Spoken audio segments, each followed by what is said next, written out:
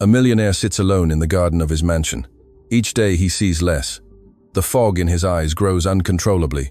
The country's top doctors find no explanation. He has resigned himself to losing his sight forever. Then, a 10-year-old girl, the daughter of his housekeeper, stands before him without fear, looks him directly in the eyes, touches his forehead, and says something that paralyzes him. "You're not going blind from an illness.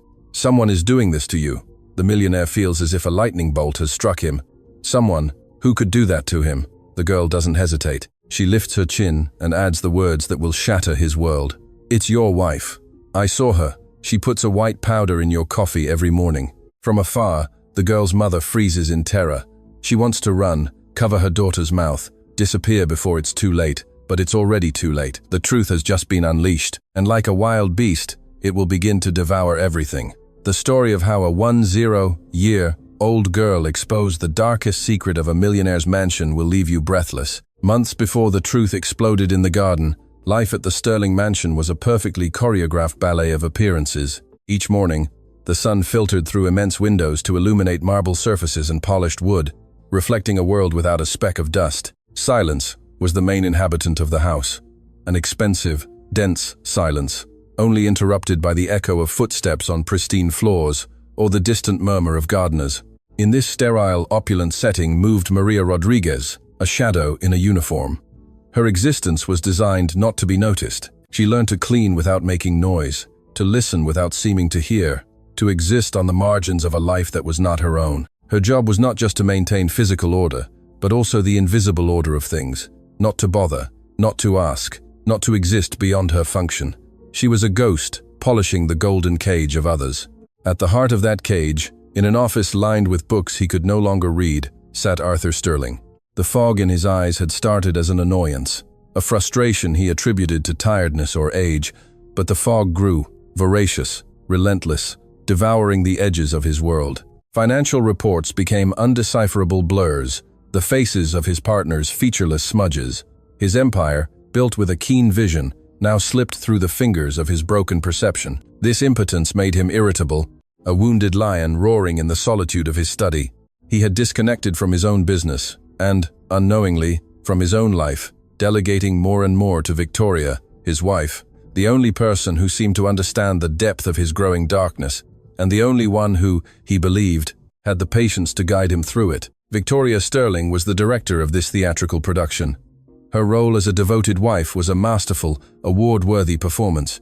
Her voice was a balm of constant concern. Her hands were always ready to guide Arthur, to serve him tea, to read him the newspaper headlines. She arranged visits to the country's top specialists with an efficiency everyone admired, displaying a facade of anguish and hope that convinced everyone, except one silent observer.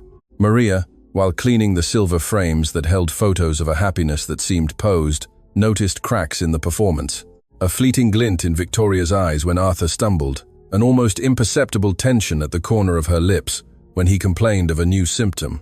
These were minute details, insignificant to anyone else, but to someone whose survival depended on observation, they were like silenced alarm bells. And then there was Sophia. At 10 years old, the girl possessed a clarity that adults had long lost, an ability to see the truth without the filters of fear or social convenience. While her mother strove to be invisible, Sophia was the opposite. Her deep, dark eyes absorbed everything. She wasn't fooled by rehearsed smiles or sugary words. She would sit doing her homework in a corner of the vast kitchen, and from there, her gaze followed Victoria with unwavering intensity. She saw how the lady of the house changed masks from one room to another, how her sweetness evaporated the instant she thought no one was watching.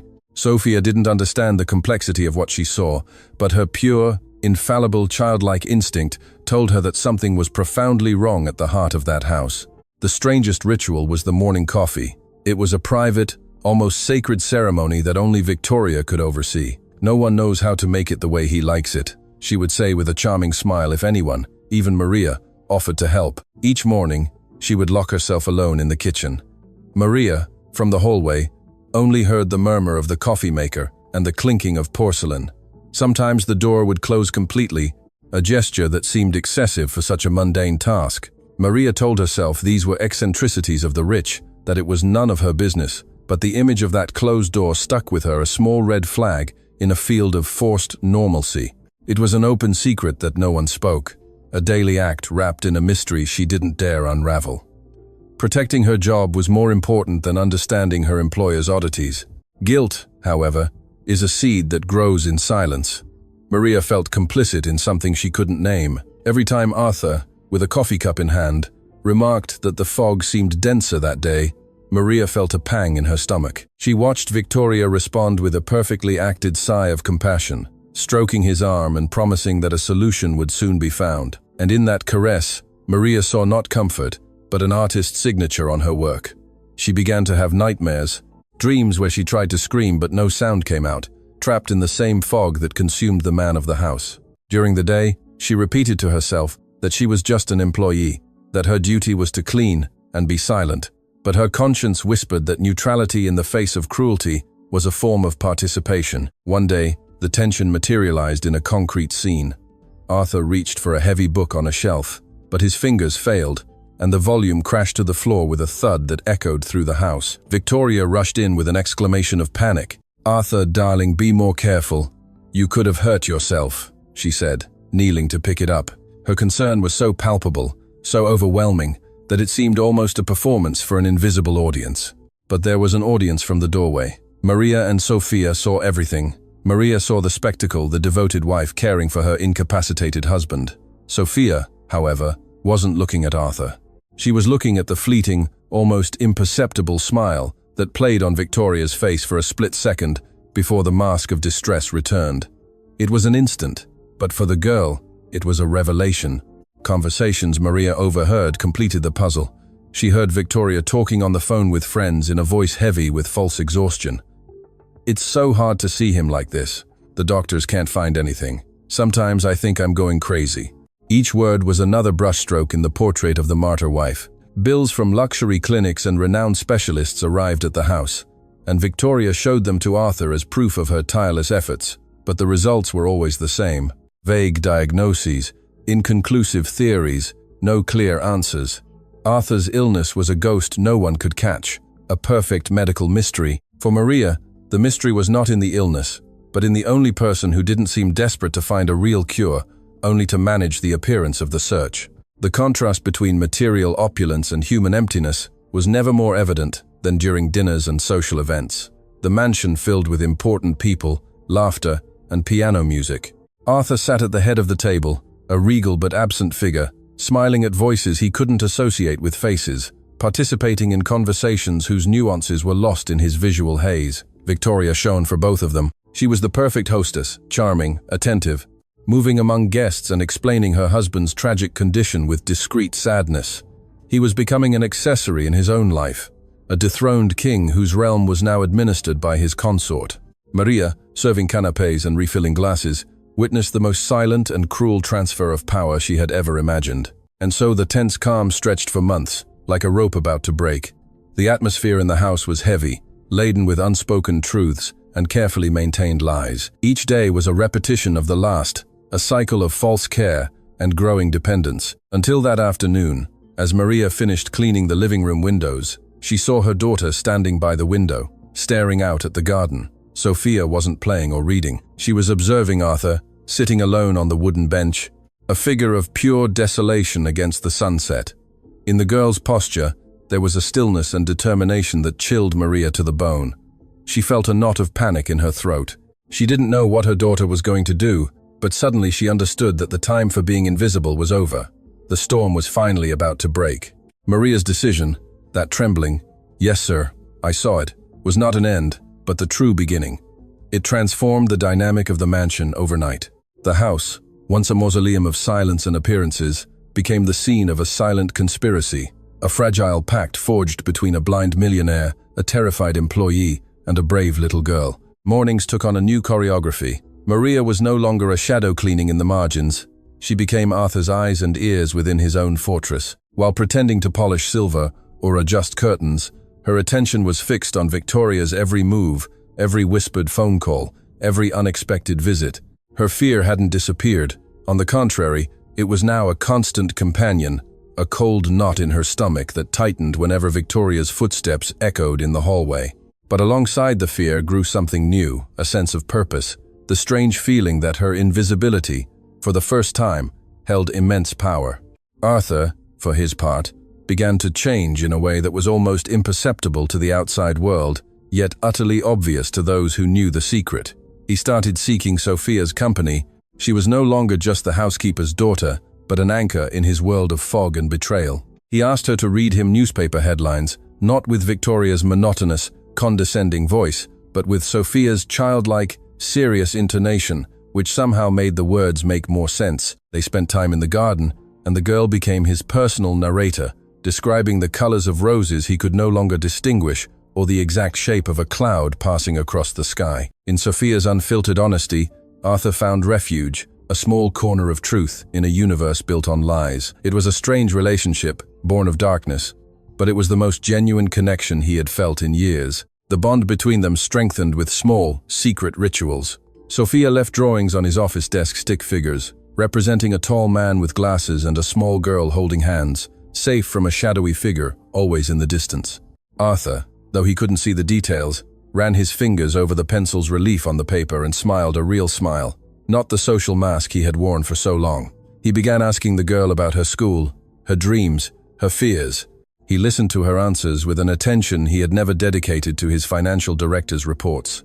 In those conversations, Arthur was not the powerful magnate or the helpless victim. He was simply a man learning to see again, not with his eyes, but with his heart, guided by the light of a child. This new closeness did not go unnoticed by Victoria. Her eyes, sharp as obsidian knives, registered everything. She noticed the change in the atmosphere, the way the silence was no longer empty, but expectant. She watched from a distance the scenes in the garden, her husband's head tilted towards the girls, their voices floating in the air in an intimate conversation that excluded her. One afternoon, as she observed them from the living room window, an expression of cold calculation hardened her perfect features.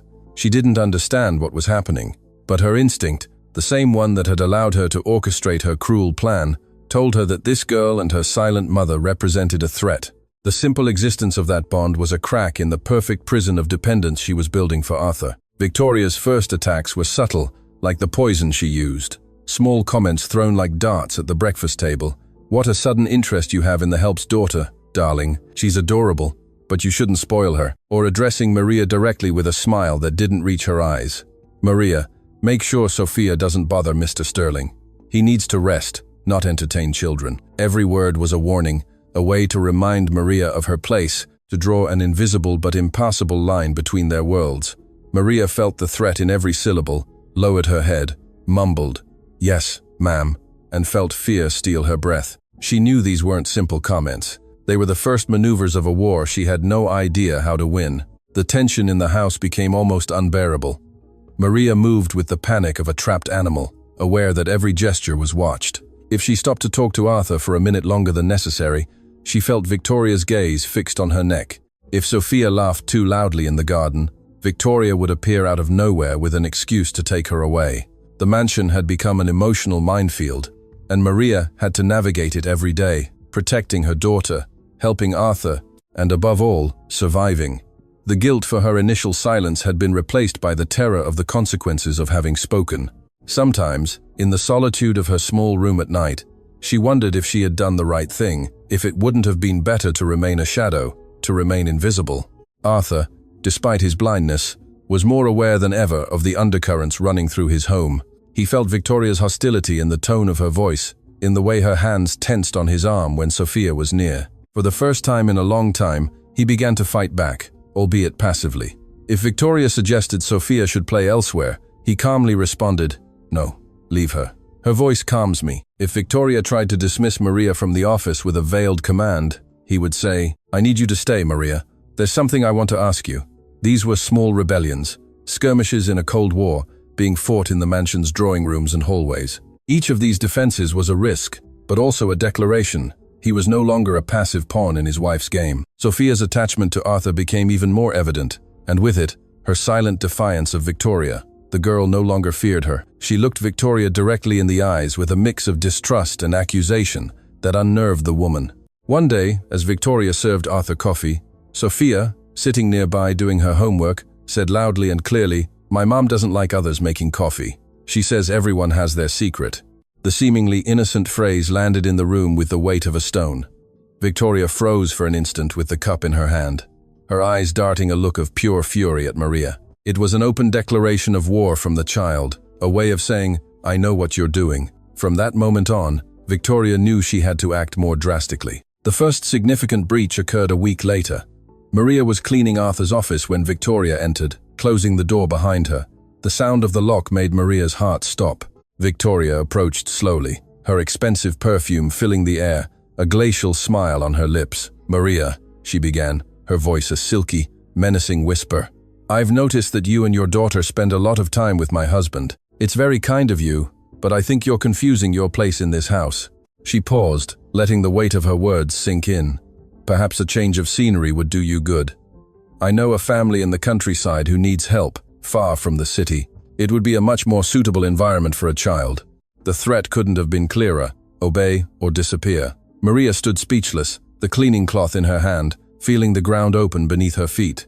The countryside, exile, far from everything, where no one could hear her, where Arthur would be completely alone and at his wife's mercy. The offer wasn't an offer, it was a sentence. Victoria was cornering her, using her power and Maria's precariousness to crush her. Her daughter's face appeared in her mind, her bravery, her trust that her mother would do the right thing. Maria looked up from the floor and, for the first time, met Victoria's gaze. She said nothing, but in her silence was a new kind of strength, a resistance Victoria didn't expect. The battle for the truth and for Arthur's life had just entered its most dangerous phase. The tension reached a breaking point that very night. Arthur, alerted by the palpable terror in Maria's voice when she told him of the threat, decided they couldn't wait any longer. Time was running out. While Victoria slept, oblivious to the rebellion brewing under her roof, Arthur called Maria to his office. The room was dark, lit only by moonlight filtering through the window. "Tomorrow," Arthur said, his voice a low, determined whisper. "When she goes shopping, you and I are going to search her things. There has to be something, Maria. Proof. We can't let her separate us. We can't let her win." In the darkness, Maria nodded, though he couldn't see her. The fear was still there, but now it was mixed with steely determination. She was no longer fighting just for her job. She was fighting for justice, for a man's life, and for the brave future her daughter deserved. The morning after the garden confession, the sun entered the mansion's windows with a different light, one that seemed tinged with suspicion. The air, once thick with silence, now vibrated with an electric tension, a shared secret that united the three disparate figures of the conspiracy. Arthur, Maria, and Sophia moved through the house like actors in a dangerous play, performing their usual roles for a single spectator. Victoria, every gesture of normalcy, was an act of defiance. When Maria served breakfast, her hands trembled imperceptibly, and when Arthur pretended to listen to the news Victoria read him, his mind was elsewhere, trying to discern the sound of poison in his wife's voice. It was a deadly game of appearances, and with every passing second that Victoria's mask didn't fall, the danger grew exponentially, enveloping them like the fog that still blurred the millionaire's vision. The first crack in the facade soon appeared. Victoria, whose manipulative intelligence was as sharp as a scalpel, began to perceive the change. She noticed the way Maria's shoulders tensed whenever she entered a room.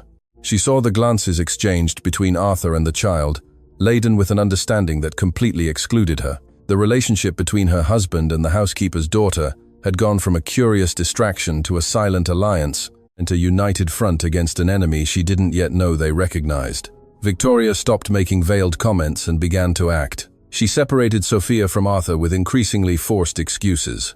She assigned Maria impossible tasks at the other end of the mansion and physically interposed herself between them, using her body as an elegant but impassable barrier. The house became her chessboard, and she moved her pieces to isolate the king. Maria's internal conflict became daily torture. The terror of Victoria, of deportation, of destitution, was a beast devouring her insides. But every time she looked at her daughter, she saw in her eyes an unwavering faith, the certainty that her mother would do the right thing. Sophia had become her moral compass, and that small needle pointed unhesitatingly towards danger. How could she teach her daughter to be brave if she herself surrendered to fear? How could she live with herself if she allowed a good man to be slowly destroyed before her eyes? The guilt for her past silence transformed into an overwhelming responsibility for the future.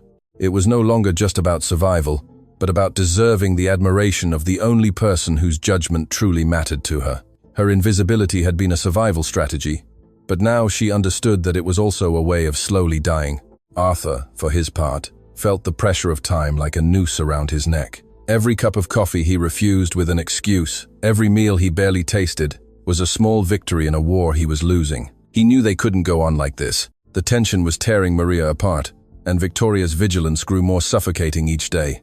They needed proof, something tangible to break the spell of the perfect wife and reveal the monster hiding beneath. The conflict consuming him was no longer just the acceptance of betrayal, but the frustration of his own powerlessness. A man who had built an empire with his vision and cunning now depended entirely on the bravery of a domestic worker and the perception of a 10-year-old girl to save his own life. This humiliation was, in its own way, as painful as the poison stealing his sight. The opportunity, fragile and dangerous, arrived one Tuesday morning.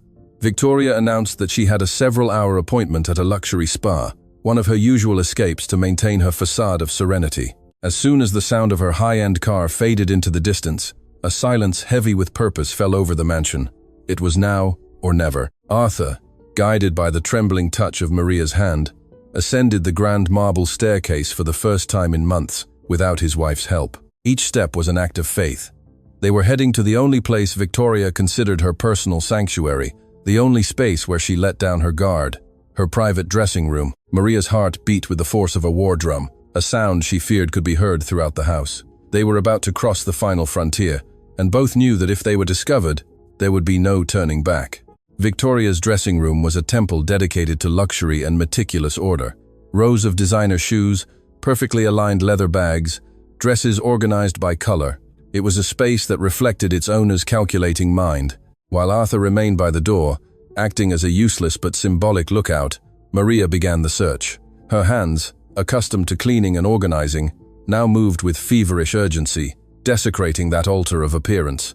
She looked for something small, something out of place, an anomaly in that universe of perfection. She opened silk drawers, checked the pockets of expensive coats, felt the linings of bags. Victoria's perfume permeated everything, a sweet, suffocating aroma that seemed to mock them. Time was running out. Every second was a grain of sand falling in an invisible clock, bringing them closer to the owner's return. The moral pressure on Maria reached its peak in the midst of that silent chaos. She was violating her employer's trust, risking her job, her home, her future, and her daughters, all for a suspicion that, though she felt it in her bones, she still couldn't prove. For an instant, panic paralyzed her. What if they were wrong? What if it was all a fantasy, a terrible coincidence?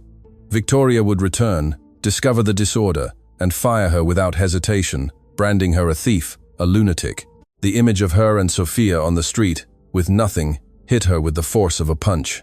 She was about to give up, to put everything back in its place and pretend nothing had happened. But then her fingers stumbled upon something hard in the lining of a handbag. She rarely used a small, almost empty glass vial with a residue of white powder at the bottom. The discovery brought no relief, but a new wave of terror. The proof was there in her hand, cold and real, but instead of being an end, it felt like the beginning of something much more dangerous. Now that the truth had physical form, Victoria's threat became infinitely more concrete. Maria imagined what a woman capable of poisoning her husband would be capable of doing to a simple employee who knew her secret. The idea of deportation, once a veiled threat, now seemed a mild consequence.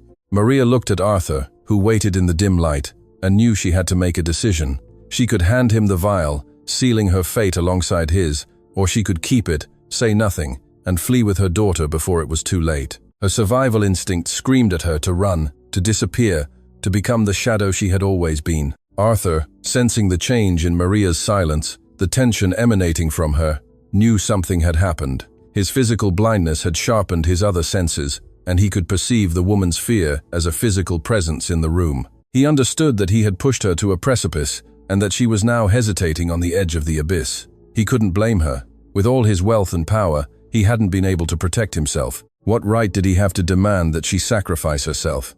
With a voice softer and more vulnerable than he had ever used, he approached her in the darkness of the dressing room. He didn't ask what she had found. He asked something much more important, something that went to the very heart of the dilemma consuming them both, a question that would change everything. He stopped to step away from her, his silhouette framed against the window light. The atmosphere was charged with the weight of all the unspoken things, of months of suspicion, fear, and a fragile trust born of desperation. Arthur extended a hand, not to touch her, but as a gesture of plea in the darkness. His voice, when he spoke, was barely a whisper, but it resonated in the silence of the dressing room with the force of thunder. "Maria," he said, and in her name was a world of entreaty and respect. He paused, gathering the courage to formulate the question that would define their futures. "Tell me the truth, not what your daughter believes, not what I suspect, what times you times know." He looked at her, or at least directed his blind face towards her, and asked, "Is it true? Did you see it too?" The question hung in the air, a trembling bridge between the safety of silence and the deadly danger of truth. In that instant, Maria's world narrowed to that question. The dressing room, the mansion, the fear of Victoria, everything vanished. Only Arthur's voice remained, broken and desperate, and the mental image of her daughter's face, looking at her with an expectation that was both a burden and a gift. She could lie, she could say no, that Sophia had a vivid imagination, that she had found nothing. She could step back, move away from the precipice, and return to the relative safety of her invisibility. It would be so easy, just one word. But then she saw Sophia's bravery facing the most powerful man she knew. She saw Arthur's broken dignity, a king in his own castle, betrayed and abandoned, and she saw herself, a woman who had spent her entire life lowering her head. She knew she could no longer continue to do so. Not in front of her daughter, not in front of her own conscience. She looked up, and though he couldn't see her, their eyes met in the darkness. She clutched the small vial in her hand, the cold glass against her warm skin. The object was no longer proof. It was a commitment. She took a deep breath, a breath that seemed to pull all the fear out of her body, leaving only a strange, determined calm. Her voice, when she finally responded, did not tremble. It was clear, firm, and resonated with the weight of a truth too long repressed. There was no doubt, no hesitation, only the strength of a woman who, for the first time in her life, had chosen for her voice to matter more than her safety. "Yes, sir," she said, and each syllable was a brick in the new world they were building. I saw it. That yes was not just a confirmation, it was an oath, a sacrifice, and a declaration of war. In those two words, Maria Rodriguez renounced her life as a shadow and accepted her role as a witness, as an ally, as the guardian of a dangerous truth. She sealed her destiny to Arthur's, intertwining the survival of her small family with his. In the silence that followed, something fundamental changed between them. They were no longer an employer and his employee. They were two survivors, two conspirators united by a common cause. Arthur said nothing, simply nodded slowly, deep gratitude and a new weight of responsibility etched on his face. The search had ended. The real battle, the fight for justice and survival against a relentless and unscrupulous enemy, had only just begun. The fragile and dangerous opportunity had arrived on a Tuesday morning while Victoria was away on one of her luxury escapes. Now, in the woman's personal sanctuary, the dressing room that smelled of her expensive perfume and well-kept lies, time had stopped. Maria held a small glass vial in her hand, a minuscule object that contained the weight of a monstrous truth. The cold of the glass against her palm was an electric shock that brought her back to reality. They had found it. The suspicion that had grown in her like a weed for months, her daughter's terrifying certainty, had all materialized in that residue of white powder. But instead of feeling the relief of confirmation, a much deeper, colder panic seized her. The proof was not a shield, it was a target, and she had just painted it on her back. Arthur, immobile by the door, couldn't see the vial, but he felt the change in the air, the way Maria's breathing had become shallow, the silence that suddenly screamed. Arthur, whose physical blindness had sharpened his perception of the invisible world of emotions, instantly understood that Maria had found something. He could feel the waves of her terror and her internal conflict filling the room, as palpable as the costly scent that permeated the walls. At that moment, the magnitude of what he was asking of that woman hit him with the force of a punch. He was a millionaire, a man with infinite resources, and yet he had been reduced to a state of complete vulnerability, betrayed in the heart of his own home. What right did he have to drag this woman, her daughter, into his personal war? She had no armies of lawyers or offshore bank accounts. Her only defense in the world was her invisibility, the very cloak he was asking her to tear off. Guilt joined his desperation. He realized that he wasn't just looking for proof to save his life, but that he was about to ask Maria to sacrifice hers for him.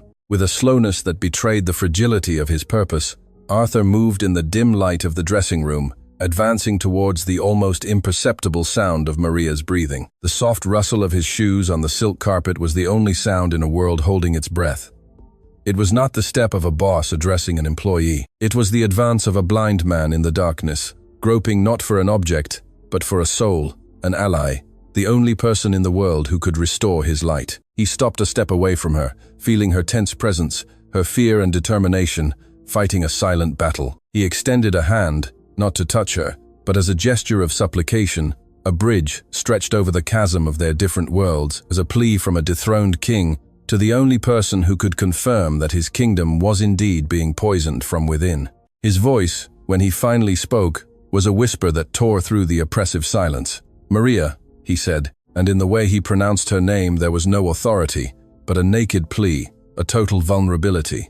He let the name float between them for an instant, laden with the weight of everything unsaid, of months of suspicion and of the strange, desperate trust that had grown between them. Then he gathered the strength to formulate the question that would change everything, the question that would give her the power to save him or abandon him to his fate. He turned his blind face towards where he felt she was, and with an intensity that transcended sight, he asked, "Tell me the truth, not what your daughter believes, not what I suspect, what times you times know." He paused, and the whole world seemed to shrink to that instant, to that room. "Is it true? Did you see it too?" The question hung in the air, and for Maria, it was as if the ground opened beneath her feet. In her mind, two paths diverged with brutal clarity. Down one was safety. She could lie, she could say no, that the vial must be some medicine, that her daughter had a vivid imagination. She could take a step back, return the vial to its place, and disappear back into the shadows. Her survival instinct, sharpened by a life of precariousness, screamed at her to choose that path. It showed her the image of her and Sophia on the street, jobless, homeless, perhaps even deported.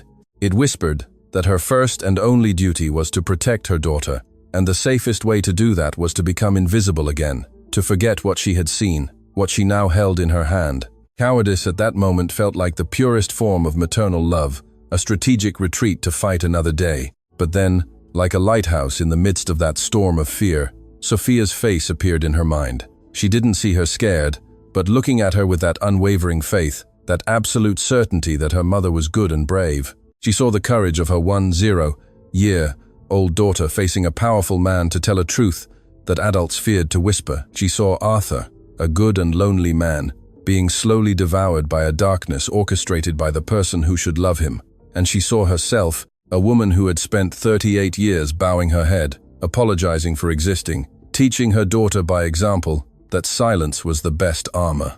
And in that instant, she understood that to lie to protect her daughter would be the worst betrayal of all. She would be teaching her that fear is stronger than truth, that justice is a luxury for others.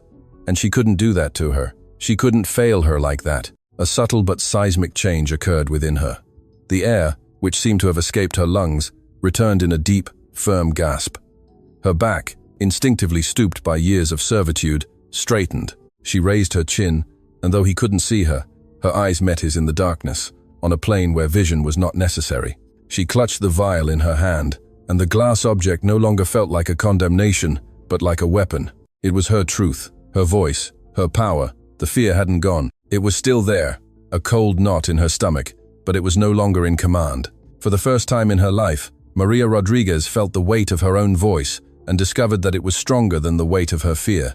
She prepared to speak, knowing that the words she was about to utter would tear down the walls of her life and expose her to the storm. "Yes, sir," she said. Her voice did not tremble. It came out clear, solid, with a resonance it had never before possessed. Each syllable was a hammer blow against the chains of her invisibility. There was no hesitation, no hint of doubt. It was the most resounding and dangerous affirmation of her life. I saw it. In those two words, Maria Rodriguez set fire to her old existence. She renounced the safety of the shadows, the comfort of silence. With that, yes, she accepted the risk. She placed herself and her daughter in the crosshairs of a calculating and ruthless woman, and she sealed an unbreakable alliance with the man in front of her. It was her sacrifice, the definitive act of faith in her own conscience over her survival instinct. It was the decision that transformed her in that very instant, from a silent victim to the heroine of her own story. The silence that followed her confession was different. It was no longer a silence of tension or fear, but of communion, the silence that follows a sacred oath. Arthur needed nothing more. In the firmness of Maria's voice, he found the certainty that no laboratory test could give him at that moment. He nodded slowly, once, a gesture that contained a universe of gratitude, respect, and a new, heavy responsibility. Now her and her daughter's safety rested on his shoulders. The dynamic between them had broken and rebuilt into something completely new. They were no longer an employer and her employee, separated by an abyss of class and power. They were conspirators. They were allies. Two souls trapped in a silent war against a common enemy. The search for truth had ended. The fight for survival and justice had just begun. The discovery of the vial was not an end, but the detonator of a silent, methodical war. Armed with the physical certainty of the betrayal, Arthur Sterling moved with a precision he hadn't possessed in years, a strategic coldness that had built his empire and that he would now use to dismantle his wife's. The first step was to contact, through one of his most loyal and discreet attorneys, a highly trusted private laboratory. The vial, carefully wrapped to avoid contaminating the evidence, was picked up by an anonymous messenger in the middle of the night. To the world, and especially to Victoria, nothing had changed. Arthur was still the blind, dependent husband, and Maria, the silent employee. But beneath that calm surface, the truth was being analyzed drop by drop, molecule by molecule, in a sterile laboratory miles away. The wait for the results was an agony, a limbo in which every smile from Victoria, every gesture of false care, was a torture Arthur endured with steely patience. The call came 3 days later, on a grey afternoon that seemed to reflect Arthur's soul. He was alone in his study with Maria standing by the door, his silent guardian. The voice of the laboratory director on the other end of the line was professional, devoid of emotion, which made his words even more devastating. The substance, he informed him, was a compound of a toxic heavy metal known for its slow but relentless action on the neurological system. It causes disorientation, memory loss, and, in continuous doses, progressive and irreversible blindness. Arthur listened with the phone pressed to his ear, and each word was another nail in the coffin of the life he thought he had. The fog in his eyes, the confusion in his mind, the loss of his world, everything now had a name, a chemical formula, a method. The betrayal was no longer a suspicion, it was an exact science. Then the doctor added the phrase that broke him inside, the one that transformed the crime from cruel to monstrous. "Mr. Sterling," the voice said, with calculated gravity, "given the concentration we found and the progression of your symptoms, the ultimate goal was not just blindness. Had this dosage continued, in a few months you would have suffered massive brain damage. The plan was to leave you in a vegetative state or eventually kill you." A deadly silence fell on the line. Kill him. The word echoed in the study, absorbed by the books he could no longer read. This wasn't about control, it was about annihilation. Victoria didn't want a dependent husband. She wanted an unencumbered inheritance, an empire without a king. The truth in its entirety was far darker than he had ever imagined. Love, care, years of marriage, it had all been the prologue to a slow-motion murder. Arthur slowly hung up the phone, his knuckles white. For a long minute, he said nothing. The weight of the revelation crushed him, stealing his breath. Then he raised his head in Maria's direction, and though his eyes couldn't see her, his soul did. In his voice, when he finally spoke, there was no trace of the victim. It had been replaced by a cold, crystalline fury, the rage of a man who had been robbed of everything, but had found a reason to fight to the end. "Maria," he said, and her name sounded like a sentence. "Call my attorney, and then the police." There was no doubt in his voice, no hesitation. The charade was over. Justice, however brutal, was going to break through the marble walls of that mansion. Maria nodded, silent tears streaming down her cheeks, not from fear, but from a terrible and painful relief. The truth was finally coming to light. The arrival of the police was silent and efficient, devoid of the dramatic fanfare Victoria might have expected in one of her soap operas. 2 unmarked cars glided up the gravel driveway and stopped in front of the main entrance. Victoria was in the living room, reading a fashion magazine, the very image of idle elegance, when Arthur, flanked by 2 plainclothes detectives, entered the room. She looked up with a practiced smile of surprise. "Darling, what's going on? Who are these gentlemen?" Her performance was impeccable until the very last second, but then she saw the expression on Arthur's face, a hardness she hadn't seen in years, and she saw Maria standing behind them, head held high. And in that instant, she knew the game was over. The mask of sophistication began to crack, revealing the cold, calculating criminal beneath. The moment of the arrest was surreal.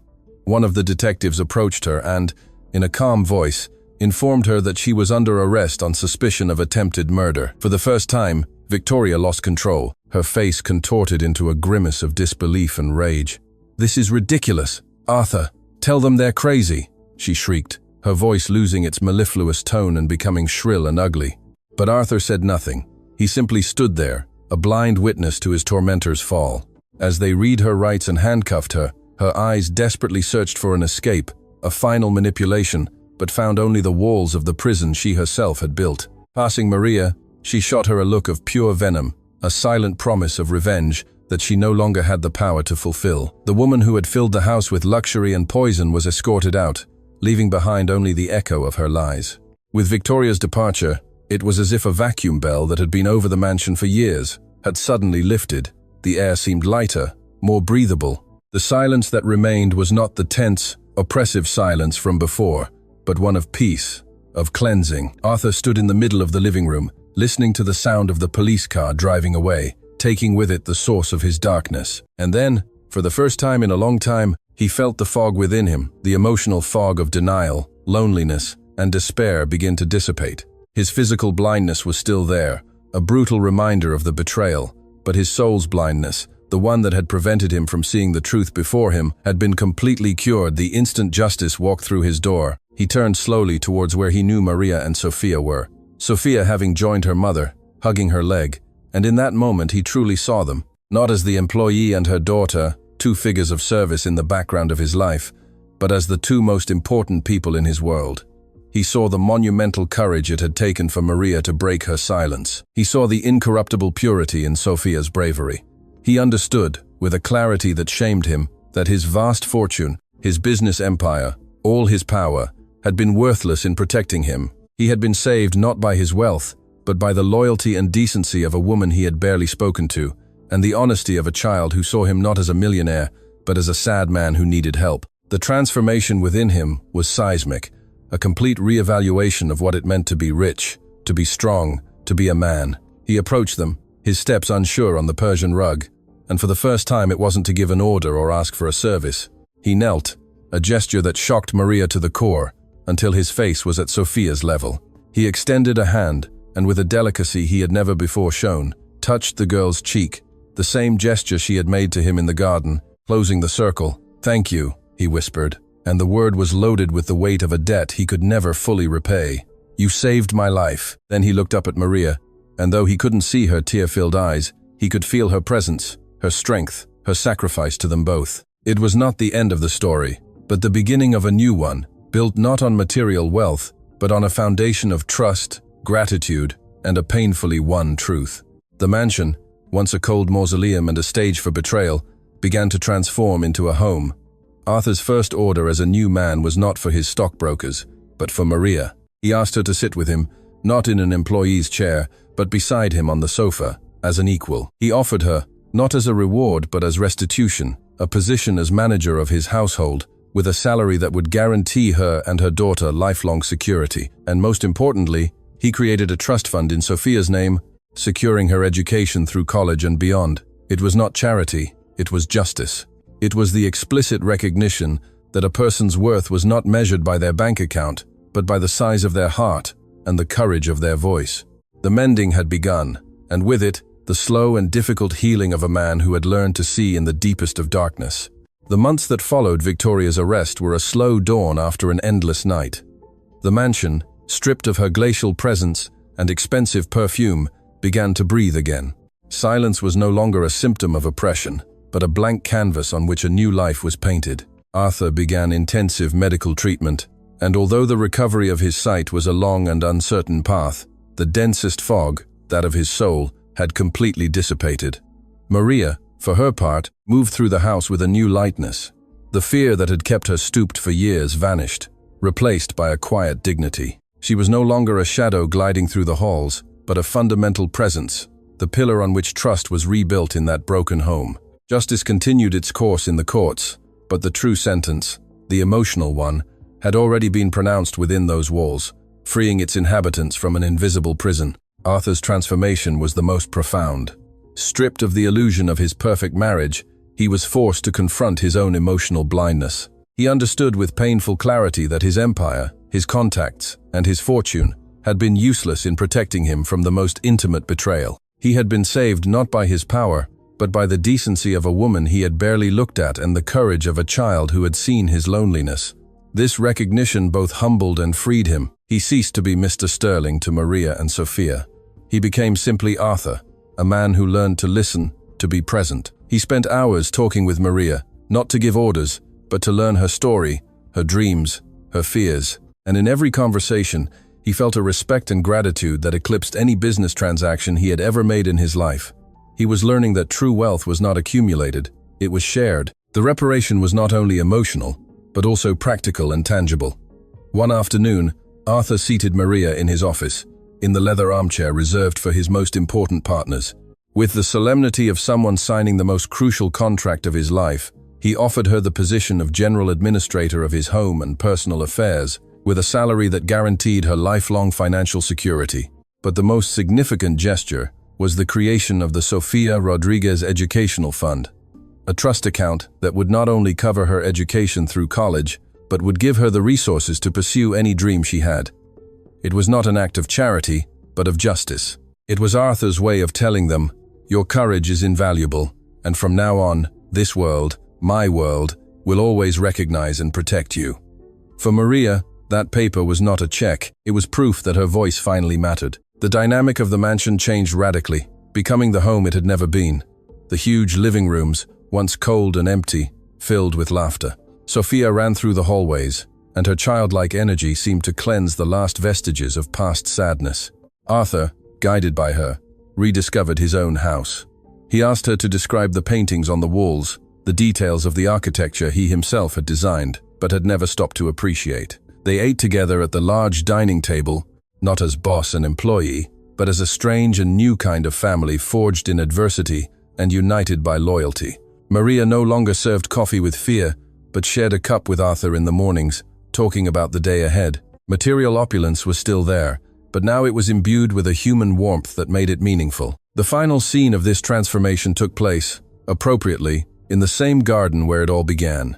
It was a sunny afternoon, months later. Arthur, without his sunglasses, with his sight partially recovered, but with an infinitely clearer perception of the world, was kneeling on the grass, throwing a ball to Sophia, and her laughter, genuine and resonant, echoed in the air. He was no longer the regal, desolate figure on the wooden bench, but a fully present man who had found joy not in his company's balance sheets, but in the simple act of playing with the girl who had returned his light. The suffering had not been in vain. It had demolished a world of falsehoods to allow one of authenticity and true connection to flourish in its ruins. He had lost part of his vision, but he had gained the whole world in return. From the terrace, with a cup of tea in her hands, Maria watched them. Her face, once marked by constant anxiety, now reflected a deep serenity. She was no longer the invisible woman who feared losing everything. She was a woman who had risked everything, and in doing so, had gained everything. Security, respect, and most importantly, the certainty of having given her daughter the best possible legacy. She had taught her that truth has power, that courage has its rewards, and that true vision is not about seeing things, but about seeing people. As the afternoon sun gilded the garden, the image of Arthur and Sophia laughing together became the final proof.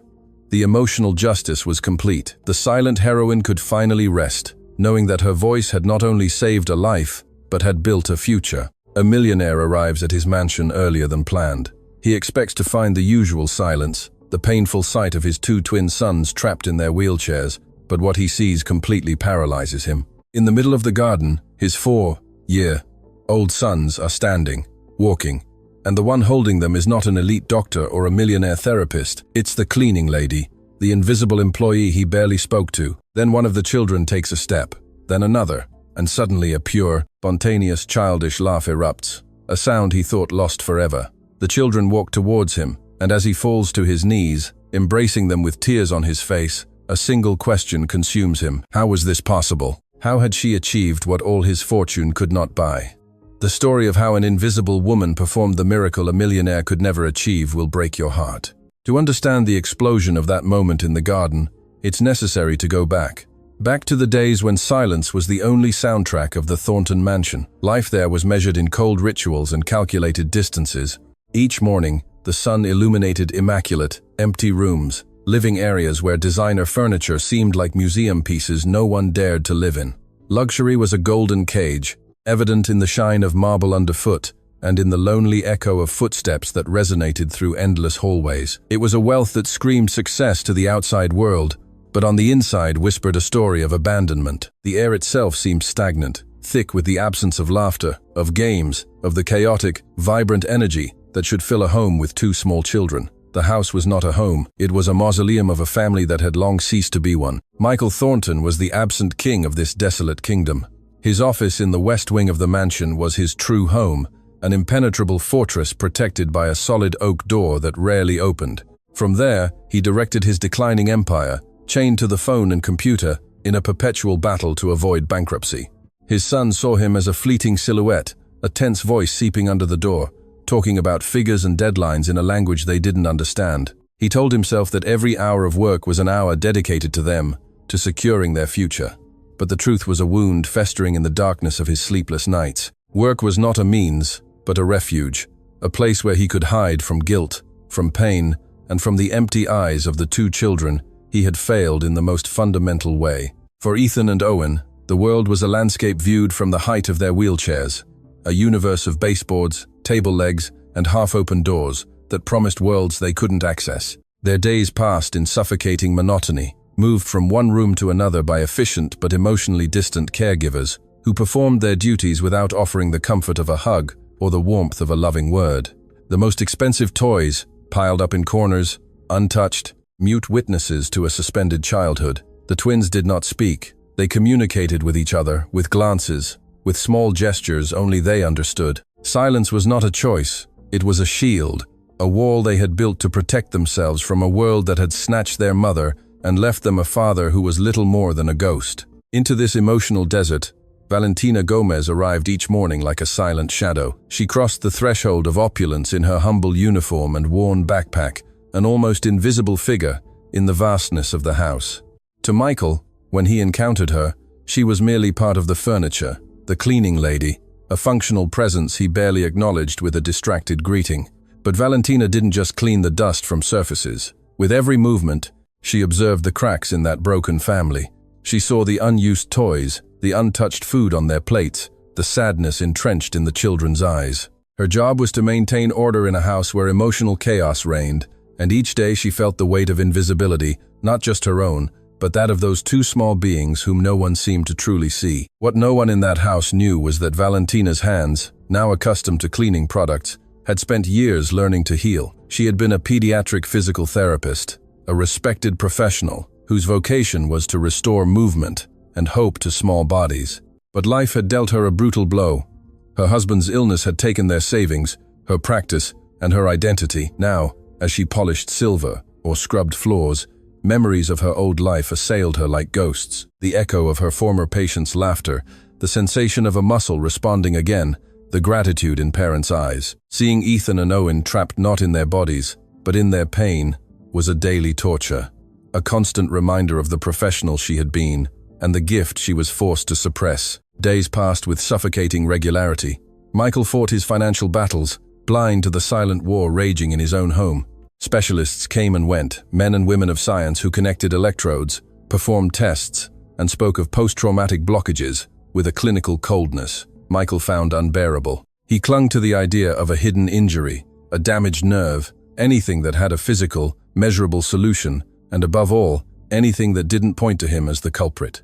To accept that the wound was emotional was to admit that his absence had been the poison. That's why he spent fortunes on useless treatments, buying false hope that allowed him to remain hidden in his office, far from the truth his sons represented. Valentina, from her invisible position, was the only one who saw beyond diagnoses and machines.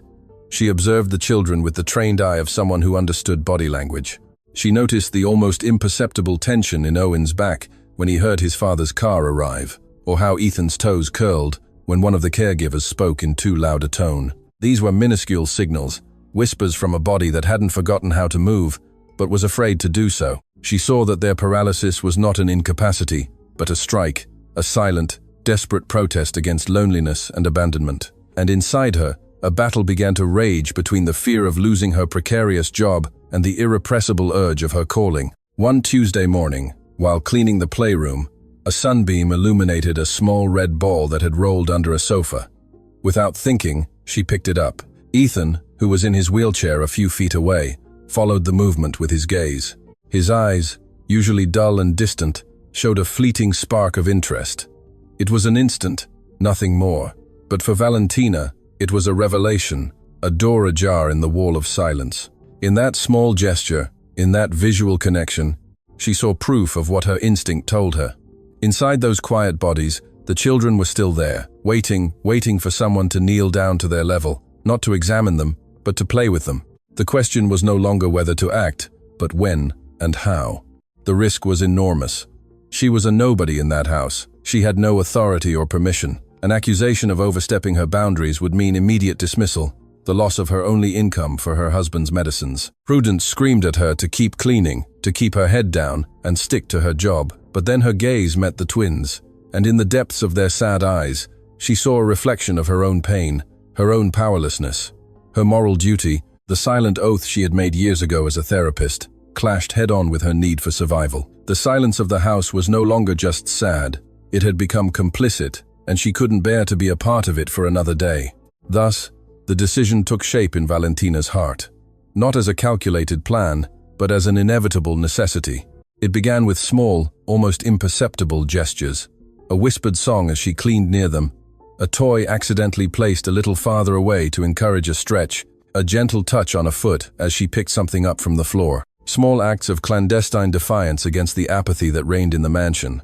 Each day she tested the limits, observing their reactions, earning their trust millimeter by millimeter. She was planting the seeds of a miracle in barren ground, unaware that the storm brewing over Michael Thornton's financial empire was about to break, bringing the father home at the exact moment those seeds were ready to bloom. The days following the revelation in the garden brought not calm, but a new and fragile tension. The miracle had happened, but its aftershocks still shook the mansion's foundations. Michael, for the first time, did not flee to his office. He remained observing from a window, like a spectator in his own theater. They were no longer clandestine sessions. They now had tacit permission, authorization born of a father's bewilderment and desperation. Valentina no longer cleaned dust. She polished the soul of the house. Each morning, she knelt on the grass or on the playroom carpet, not as an employee, but as an anchor. Her voice was a constant whisper, a soft melody weaving a bridge between the children's silence and the outside world. For Michael, every laugh that filtered through the windows was both a balm and an accusation, living proof that the key to his son's prison was not in his bulging bank account, but in the hands of the woman who, until recently, had been invisible to him. For Ethan and Owen, the world had completely reconfigured around a single figure, Valentina. She was not a caregiver who gave them orders, nor a doctor who examined them with cold curiosity. She was a refuge. She was the smell of damp earth on her hands, the warmth of her embrace when a wobbly step ended in a small fall, the infinite patience in her gaze that never judged their slowness. One day, as they built an unstable tower with wooden blocks, Ethan, the more introverted, the one who seemed to have sealed his lips forever, looked at the tower, then at Valentina, and whispered a single word so softly it was almost a thought. More. It was not a request. It was a connection, a syllable containing months of silence, a universe of trust, placed in the only person who had stopped long enough to listen to what their eyes said. In that instant, Valentina knew the bond was unbreakable, a sacred alliance forged in shared abandonment. But this new dynamic did not go unnoticed. The two caregivers who previously managed the children's lives with clockwork precision now observed the scene with a mix of suspicion and disdain. They saw Valentina, her uniform stained with grass, celebrating a clumsy step as if it were an Olympic victory. They whispered in the hallways with sideways glances that were sharper than any word. To them, trained in the rigidity of protocols, this was not therapy, it was chaos. The cleaning lady was breaking the rules, blurring the lines between staff and family. They felt their authority eroding with every laugh from the children, with every gesture of affection that demonstrated the uselessness of their distant methods. A silent hostility began to brew, a poison seeking the first crack to seep in and restore the old, desolate order. The affection between them began to materialize in small objects, in totems of their new faith. One morning, Valentina arrived with something hidden in her pocket, 2 small, smooth gray stones she had collected from the river near her home. She told them they were magic stones that gave courage. She gave them to Ethan and Owen, and from that day on, the children didn't let go of them. They clutched them in their small hands when they attempted a new movement. They held them while they slept. These simple stones, devoid of monetary value, became their most precious treasure, a tangible anchor to the security Valentina represented. They contrasted painfully with the mountains of expensive, high-tech toys that gathered dust on the shelves, mute witnesses to a love that had been attempted to be bought, but could only be given through something as humble as a river stone. Michael, caught between the evidence of progress and a lifetime dedicated to business logic, struggled to understand. The entrepreneur in him needed reports, metrics, an action plan with quantifiable objectives. One afternoon, he awkwardly approached Valentina in the hallway, his discomfort evident. He asked her about her method, about the technique she was using. Valentina looked at him not as a boss, but as a lost man. With her usual calm, she responded without a trace of professional jargon. "There is no method, Mr. Thornton," she said softly. "Your sons didn't need a therapist. They needed someone to sit on the floor with them, someone who wasn't afraid to get their knees dirty, someone to remind them how to play." Every word was a simple, devastating truth that dismantled the complex scaffolding of excuses Michael had built around himself. The children's emotional dependence on Valentina became increasingly explicit, a truth that could no longer be ignored. One night, a fierce storm swept through the region. Thunder rattled the mansion's windows, and a sharp cry tore through the silence from the twins' room. Michael rushed there, his heart pounding, expecting to find his sons terrified. And they were. Owen cried inconsolably, but didn't reach out for his father. Between sobs, one word repeated itself again and again, a name that acted like a dagger in Michael's chest. Tina. Tina. They weren't calling for their father. They were calling for Valentina by the affectionate diminutive they had invented for her. In that dark room, lit only by lightning flashes, Michael understood with brutal clarity that he had not only been absent, but had been replaced as the center of his own children's emotional universe. The caregiver's resentment finally found a voice. The eldest, a woman named Brenda, whose efficiency had always bordered on coldness, requested a private meeting with Michael. In a tone of false professional concern, she expressed her worries. She described Valentina's methods as reckless and lacking rigor. "Mr. Thornton, you are allowing an unqualified cleaner to take charge of your children's health," she argued, deliberately omitting the progress that was visible to everyone. "I've seen her let them fall. She encourages them to get dirty, to take unnecessary risks. This isn't therapy, it's negligence." Her words were a direct attack designed to sow doubt in Michael's mind, to force him to choose between the safety of known protocol and the uncertainty of the miracle he couldn't explain. The pressure on him intensified. Valentina felt the weight of hostile glances at her back every time she crossed a hallway. She heard abrupt silences when she entered a room, the whispering that suddenly stopped. She knew her position was precarious, that she walked on a wire, suspended over the abyss of dismissal. Every night, arriving at her modest apartment, the exhaustion of the silent battle overtook her. She sat by her husband's bed, whose breathing was a constant reminder of why she couldn't afford to fail, why she needed that job more than air. Fear was a cold knot in her stomach, but closing her eyes, she saw not the faces of her accusers, but the faces of Ethan and Owen. She saw their trust, their first laugh, the grip of their small hands, and she knew she couldn't give up. Her duty to them had become a force more powerful than her own fear. The breaking point arrived during a sunny afternoon in the garden. Valentina had created a small obstacle course with cushions and toy hoops. Owen, increasingly daring, tried to cross it. At one point, he lost his balance and fell onto the grass. It wasn't a hard fall, more a gentle stumble. Brenda, the caregiver, watched him from the patio door with her arms crossed. She expected Valentina to rush to pick him up, but Valentina didn't move. She knelt a few feet away and, in a calm, encouraging voice, said, "Come on, champ. You can do it yourself. Get up." Owen looked at her, hesitated for a second, and then, supporting himself with his hands on the grass, pushed himself up and stood on his own. A smile of pure pride lit up his face. It was an instant of monumental growth, but for Brenda, it was the proof she needed. She saw negligence where there was empowerment, a risk where there was a lesson in resilience. That same afternoon, the storm erupted inside the house. Brenda, armed with her irrefutable evidence, demanded to speak with Michael. She recounted the garden incident, distorting the facts until they became an act of cruel abandonment. She left him lying on the ground. "Mr. Thornton, he could have hurt himself. I warned you. This woman is a danger to your children." The accusation resonated through the walls of the office, a place that had witnessed business crises, but never such a visceral dilemma. Michael felt cornered. On one side, the logic and warning of a hired professional. On the other, the indelible image of his sons laughing. The pressure to act, to restore order and safety, was unbearable. With a heavy gesture, he pressed the intercom and uttered the words everyone feared. "Please ask Valentina to come to my office. Now." Valentina entered the office, feeling the cold marble beneath her worn shoes. The air was charged with an almost electric tension. Michael stood behind his imposing desk, but for the first time, he didn't look like a giant. He looked like a broken man, caught between two worlds. Brenda stood to one side with an expression of contained triumph. Michael didn't look at Valentina. His gaze was fixed on a screen in the corner of his desk that showed live footage from the garden's security cameras. On it, Ethan and Owen played catch with a ball, stumbling, falling, and getting up amidst laughter. These were images that contradicted every word of the accusation. Michael took a deep breath, a sound that seemed to last an eternity. Then he looked up, but not at Valentina. He looked at Brenda. With a calm voice, but one charged with steely finality, he said, "Thank you for your concern, Brenda. You may collect your belongings. Your services are no longer required."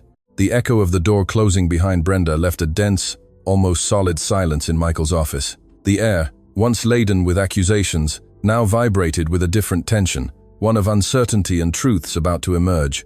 Valentina remained standing in the center of the luxurious carpet, dignity as her only armor. She did not celebrate victory, for she knew this was not the end of the battle, but the beginning of the true confrontation. Michael did not move. He kept his gaze fixed on the monitor, on the small figures of his sons, who moved with newfound freedom. The image was irrefutable proof of a miracle. But for a man accustomed to balance sheets and contracts, a miracle without explanation was a dangerous anomaly, an uncontrolled variable that threatened to destabilize what little order he had left. The question that had consumed him in the garden returned with overwhelming force, demanding an answer he feared to hear. Finally, he tore his gaze from the screen, and his eyes met Valentina's. There was no gratitude in his look, but a confusion so profound it bordered on despair. He ran a hand through his hair, a gesture of exhaustion that revealed the cracks in his facade of control. His voice, when he finally spoke, was barely a hoarse whisper, stripped of all authority. "What have you done with them?" he asked, and the question was not an accusation, but a plea. He didn't want to know a method, a technique. He wanted to understand the nature of the magic he had witnessed. He wanted a logical formula for something that felt viscerally illogical. In his world, results were bought, planned, not spontaneously generated by the kindness of an employee he didn't even know by name until a few days ago. Her success was the exact measure of his own failure, and that equation was tearing him apart inside. Valentina did not avert her gaze. She understood that this man needed not a technical report, but a truth he could begin to assimilate. She took a deep breath, gathering the courage she had cultivated over months of clandestine work and years of personal hardship. "I haven't done anything they didn't want to do, Mr. Thornton," she replied with a disarming simplicity. "I just gave them a reason to try. I gave them permission to fall and the confidence that they could get up on their own. Your sons weren't broken. They were just waiting for someone to sit on the floor and play with them in their world, at their level." Every word was a piece of a puzzle Michael didn't know he was trying to solve. She wasn't talking about medical protocols or advanced therapies, but about concepts as basic and as forgotten by him as play, trust, and presence. The simplicity of the answer was almost insulting because it exposed how terribly simple it would have been to avoid so much pain. At that precise moment, as if fate wanted to underscore Valentina's words, the office door opened with a slight creak. Two identical little heads peered in. Ethan and Owen, cheeks flushed from play, looked into the room. Their eyes did not seek their father, the imposing figure behind the desk. Their gaze immediately fixed on Valentina, and their faces lit up with a smile of pure relief and affection. Owen, the more outgoing, took a couple of hesitant steps towards her with outstretched arms and murmured her name, Tina. It was an instinctive gesture, a demonstration of attachment so powerful and so natural that it silenced any argument Michael might have been formulating in his mind. There was no theory or explanation that could refute the evidence of that love, of that bond forged in the abandonment he himself had created. Michael watched the scene as if he were an outside spectator in his own life. He saw how Valentina instinctively knelt to receive Owen's clumsy embrace, how Ethan approached and snuggled against her back. He saw the ease with which she calmed them, whispering something in their ears that made them laugh softly. And at that moment, he felt a pang of something he hadn't experienced in years, a pure and painful jealousy. These weren't his children seeking their father's comfort. These were Valentina's children. She was their refuge, their center of gravity. The realization hit him with the force of a physical impact. He had not only failed to heal them, but he hadn't even realized that someone else was doing it. He had been so busy trying to save his empire that he didn't see how he was losing his only true kingdom. The children's presence in the room completely changed the dynamic. It was no longer an interrogation between a boss and an employee. It was a silent lesson delivered by two 4-year-old teachers. Michael leaned on his desk, feeling his legs give way. The image of his sons clinging to Valentina was a mirror that reflected a stranger back at him, a resource provider who had outsourced love. He vaguely recalled the promises he had made to himself after the accident, the sleepless nights swearing he would do anything for them. And he had. He had spent fortunes. He had hired the best. He had done everything except the only thing that mattered. Being there, guilt, that beast he kept at bay with incessant work, broke free from its cage and began to devour him mercilessly. Valentina, feeling the weight of Michael's gaze, slowly stood up, keeping a hand on each child's shoulders, as if to protect them from the emotional storm brewing in their father. She knew they were approaching a point of no return. The silence in the room was heavy, filled with unspoken words and raw emotions. The children, oblivious to the complexity of the adult drama, simply enjoyed the closeness of the person they trusted. Their innocence was the cruelest contrast to Michael's calculated neglect.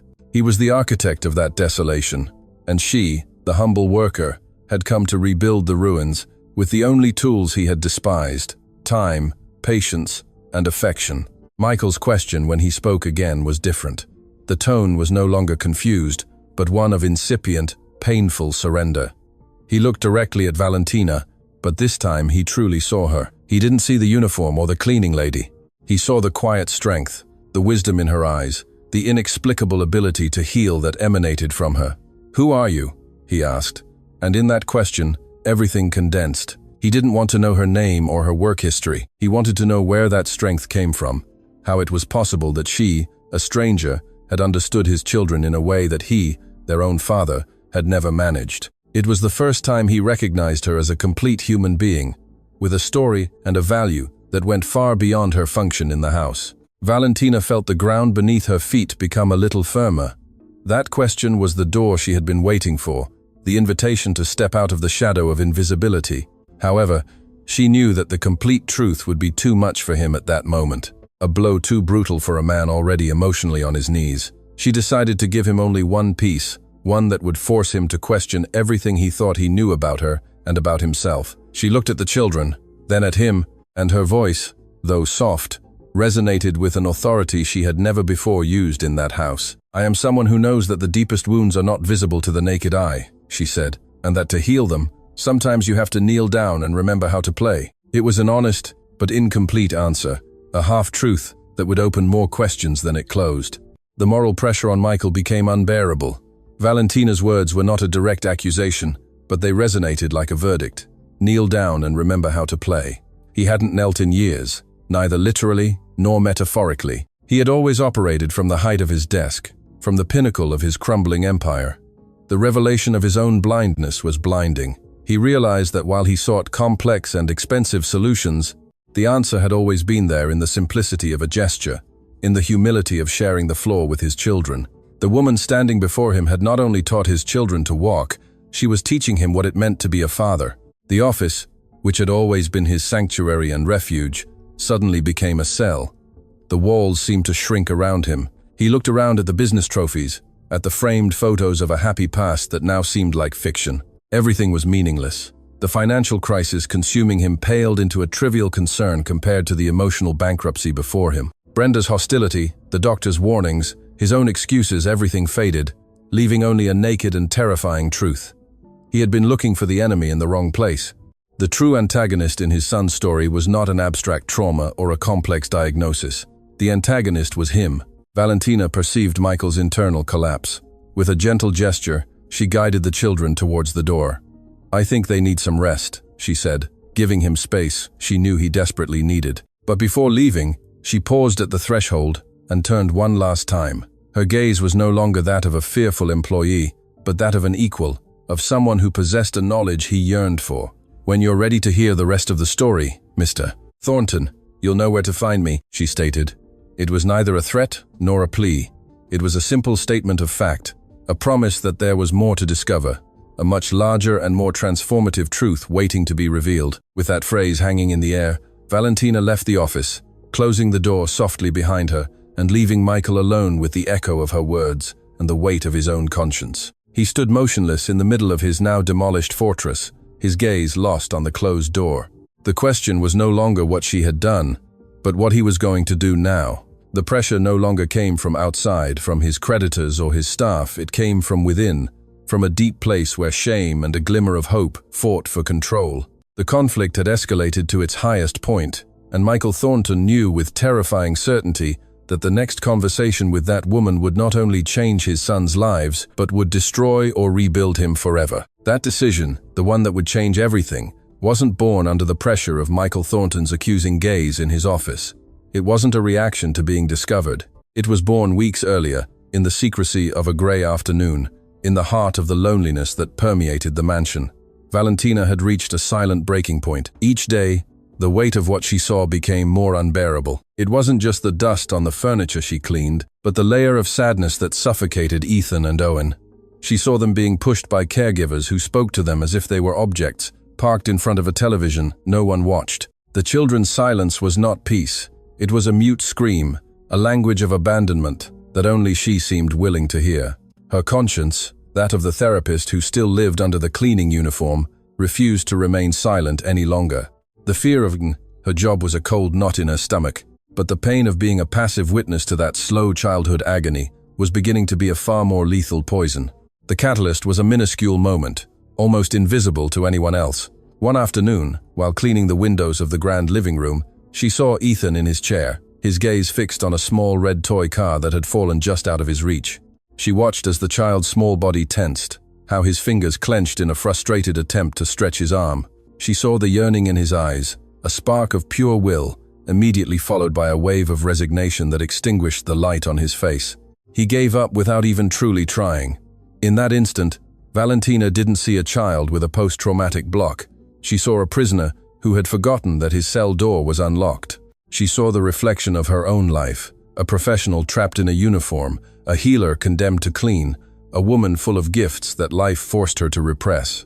Ethan's helplessness became a mirror of her own, and the sight was so painful that she had to look away, her heart aching with an empathy that burned like a wound. That night, in her small apartment, as she watched over her husband's restless sleep, Valentina's internal battle reached its peak. On the nightstand, next to the medicine bottles, was the constant reminder of her precariousness.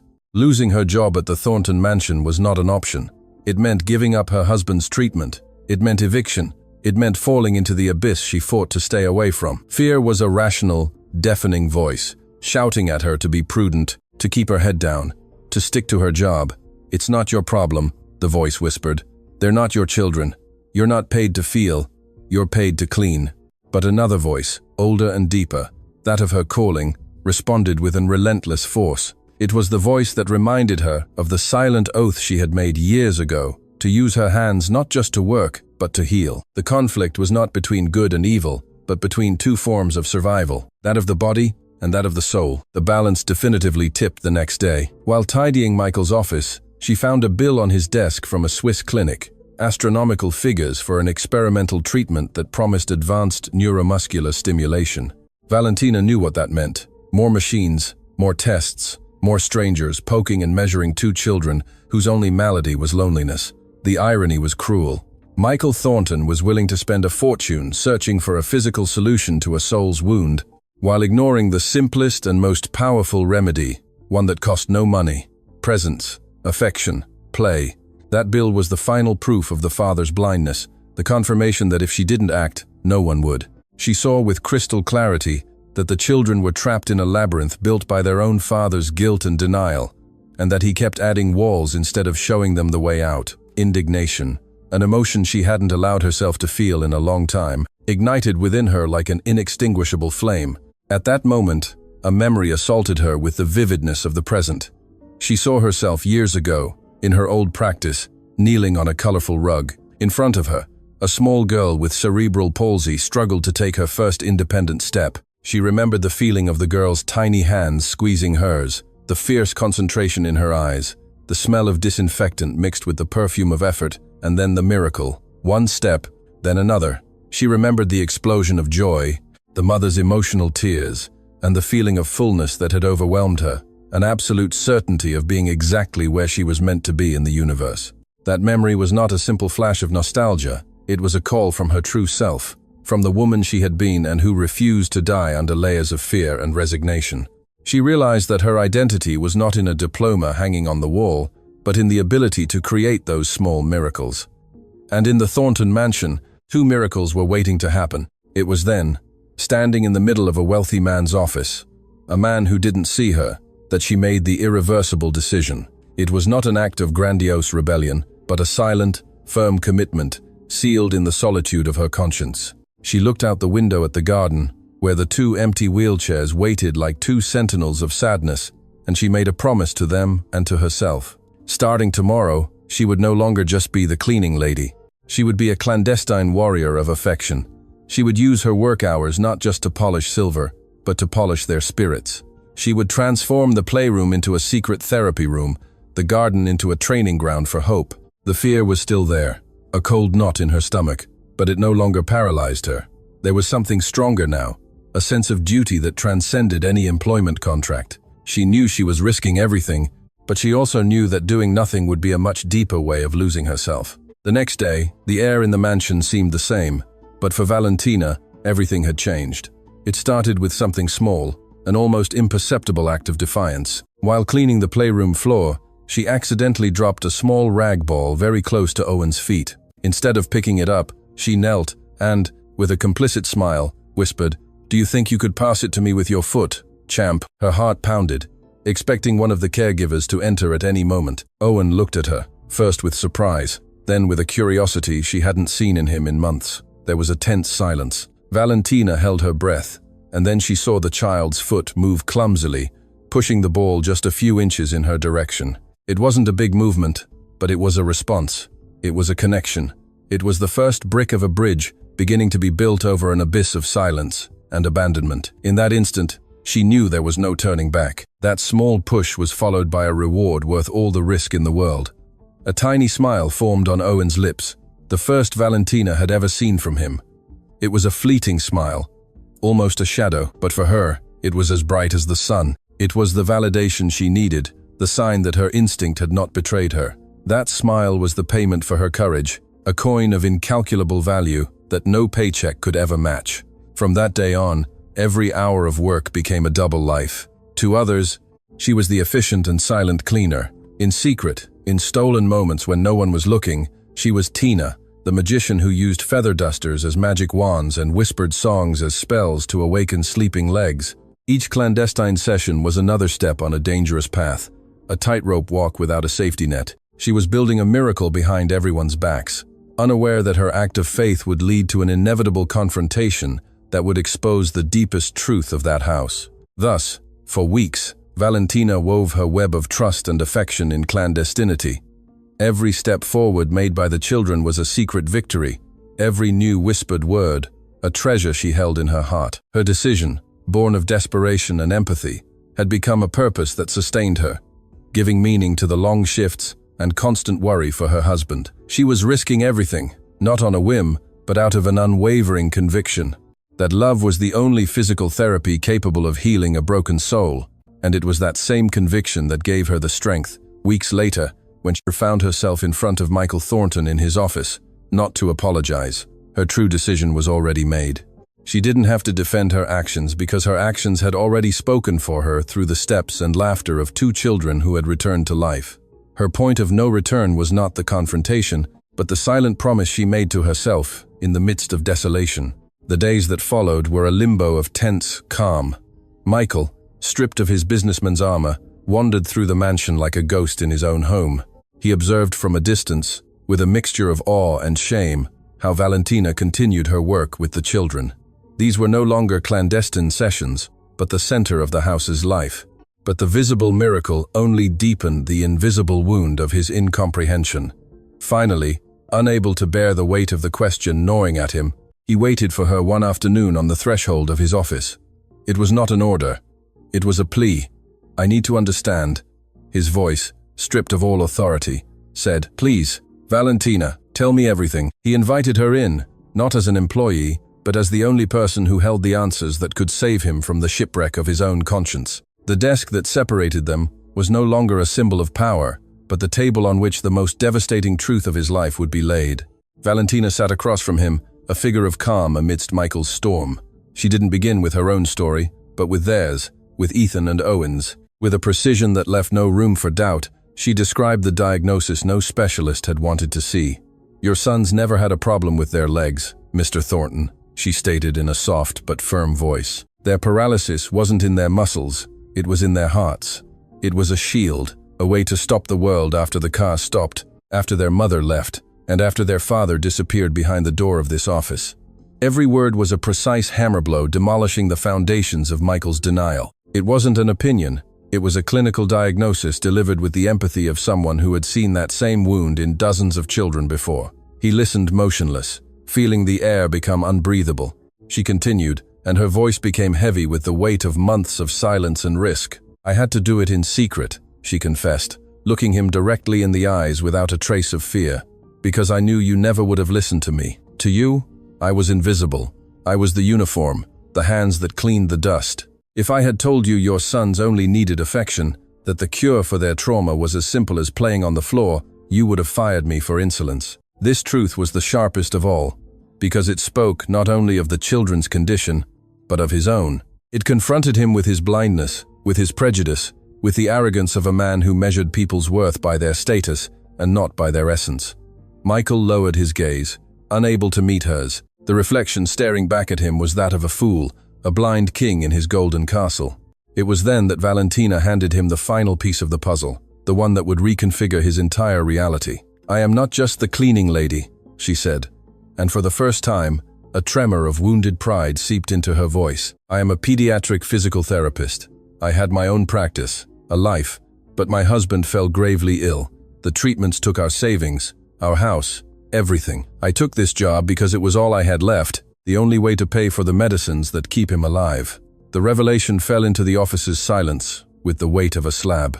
Suddenly, everything made sense. Her patience, her knowledge, her instinct. She wasn't a lucky amateur.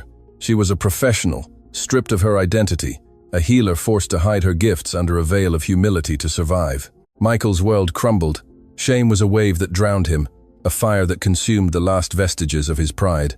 He saw with unbearable clarity the sequence of his failure, the six-figure checks to luxury clinics, the arguments with doctors who offered no answers, his frustration, his anger, all while the true solution cleaned the floors beneath his feet, silent and invisible. It wasn't the accident or his wife's abandonment.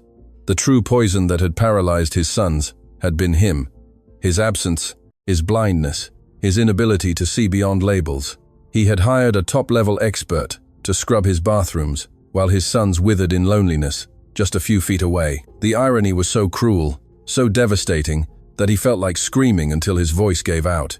It was such an absolute failure that it admitted no excuses or redemption. He rose from his chair, not to assert his authority, but because he could no longer sit. He walked to the large window overlooking the garden and leaned his forehead against the cold glass. Outside, the sun was beginning to set, painting the sky in shades of orange and purple. He saw his sons playing near a rose bush, chasing a butterfly with still clumsy steps, but full of a joy he couldn't remember ever seeing in them. And for the first time in a long time, he felt neither the pressure of his company nor the weight of his debts. He only felt a pure, overwhelming pain, the pain of a father realizing he had been on the verge of losing the only thing that truly mattered by chasing shadows. The empire he fought for was nothing but a pile of ashes compared to the laughter that now filtered through the glass. He turned slowly and looked at Valentina. Tears streamed down his face without him realizing it. His voice, when he spoke, was broken. "I'm sorry," he whispered, and it wasn't a formal apology, but the sound of a man completely breaking down. "I'm so sorry. What you have done. I have no words, and I have no right to ask you for anything. But I beg you not to leave, not for me, for them." It was an act of total surrender, the first time he admitted his helplessness and his need. In that instant, Michael Thornton, the ruthless businessman, died, and in his place, a father began to be born. He knew the transformation would be long and painful, but the first, most difficult step he had just taken. Valentina nodded, with an empathy that held no resentment, but Michael knew that words were not enough. Emotional justice demanded actions. "This is not a cleaning job," his voice said, regaining a hint of its former firmness, "but now in service of a completely different purpose. You are my son's therapist. I want you to take charge of their full-time recovery, with the salary you set yourself, with complete autonomy. This house is your practice from now on." It was not a generous offer. It was a rectification, the first attempt to restore the moral order of the universe he himself had shattered. It was the recognition of her value, not just as a professional, but as the person who had brought light back to his home. But the transformation couldn't stop there. Michael understood that his debt was to 2 more people. He left the office and walked to the garden, feeling the damp grass under his expensive leather shoes. He knelt, staining his pants with dirt, and waited. When Ethan and Owen came running, he hugged them with a force that contained months of distance, and looking into their eyes, his voice choked with emotion, he asked for their forgiveness. "Forgive me," he told them. "Daddy has been very lost, but I promise you I'm back. I'm back forever." The children, perhaps not understanding the full extent of his words, felt the truth in his embrace, in the trembling of his body, and wrapped their small arms around him, sealing a pact of reconciliation in the middle of the garden that had witnessed their miracle. Later that night, Michael made one last call.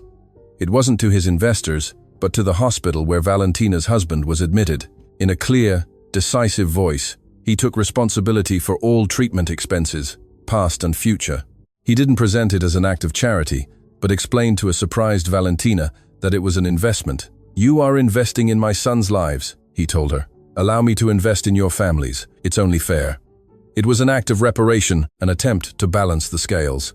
In a single day, Michael Thornton had gone from being on the verge of financial bankruptcy to understanding that the only bankruptcy that truly mattered was that of the soul. The house, once a silent mausoleum, began to breathe again, filling not only with footsteps and laughter, but with the fragile and powerful hope of a family learning to heal. Silence, that old tyrant of the Thornton mansion, had been overthrown. It no longer reigned in the marble hallways, nor clung to the high ceilings. It had been exiled by an army of new and vibrant sounds, the clatter of a toy car rolling down the stairs, the splashing of water at bath time, and above all, the incessant music of laughter. The garden, once a scene of abandonment and painful revelations, had transformed into the pulsating heart of the house.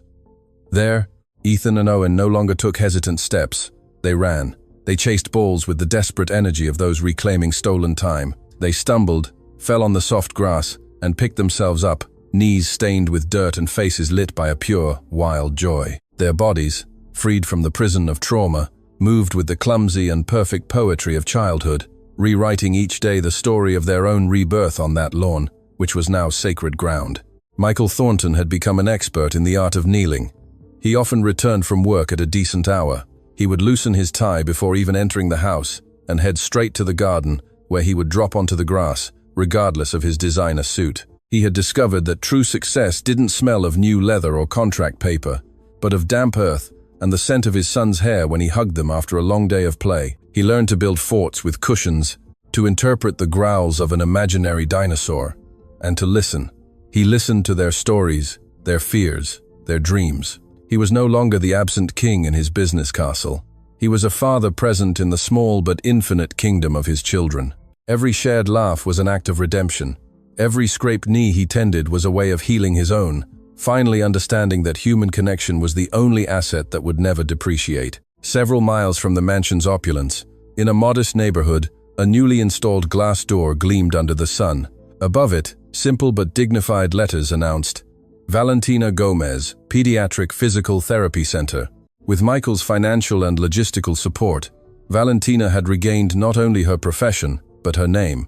The space was not large, but it was imbued with the same magic that had transformed the Thorntons' garden.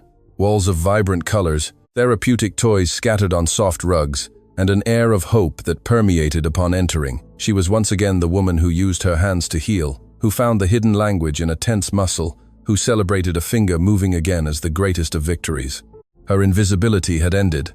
Now she was a beacon of hope for other families, living proof that vocation, when true, always finds its way back to the light. The relationship between them had been completely redefined, built on a foundation of mutual respect and a gratitude that needed no words. Once a week, Michael took Ethan and Owen to Valentina's practice. He didn't do it because they needed therapy, but as a ritual of recognition. He was no longer the boss visiting an employee, but a father taking his children to see a professional he deeply admired. He watched from a small chair in the corner as she played with them, evaluating their progress with a smile, and felt a peace no board meeting had ever given him. Valentina, for her part, no longer saw him as the blind, tormented man who had ignored her. She saw a father who had had the courage to face his demons and who fought every day to be the man his sons deserved. In that small practice, social labels had dissolved forever. The legacy of that silent act of courage soon spread. The story of the Thornton twins' miracle became a whispered legend in parks and pediatricians' waiting rooms. Valentina Gomez's name began to be associated with impossible cases, with children other specialists had given up on. Her practice filled with parents who arrived with hearts heavy with despair and left with a renewed seed of hope. She never spoke of miracles. She spoke of patience, of listening, of affection. She taught parents to kneel, to enter their children's world, to understand that the deepest wounds often leave no visible scars. Her work transcended physical therapy. She became a healer of families, demonstrating that empathy was the most accurate diagnostic tool and love, the most effective therapy. In the twilight of a summer evening, a year after that day that changed everything, the scene in the Thornton mansion's garden was a picture of perfect peace. Michael and Valentina watched from the terrace, conversing in low voices like old friends, while Ethan and Owen played ball, their shouts of joy mingling with the birdsong. In a corner of the garage, covered by a fine layer of dust, rested the two wheelchairs. They were no longer symbols of a prison, but artifacts of a conquered past, silent monuments to the resilience of the human spirit. Emotional justice had found its place in that house. The suffering had not been in vain. It had been the fertilizer for a new beginning, leaving a truth as clear as the sky that evening. Sometimes, for a family to walk again, all it takes is for one person to dare to see beyond what their eyes show them.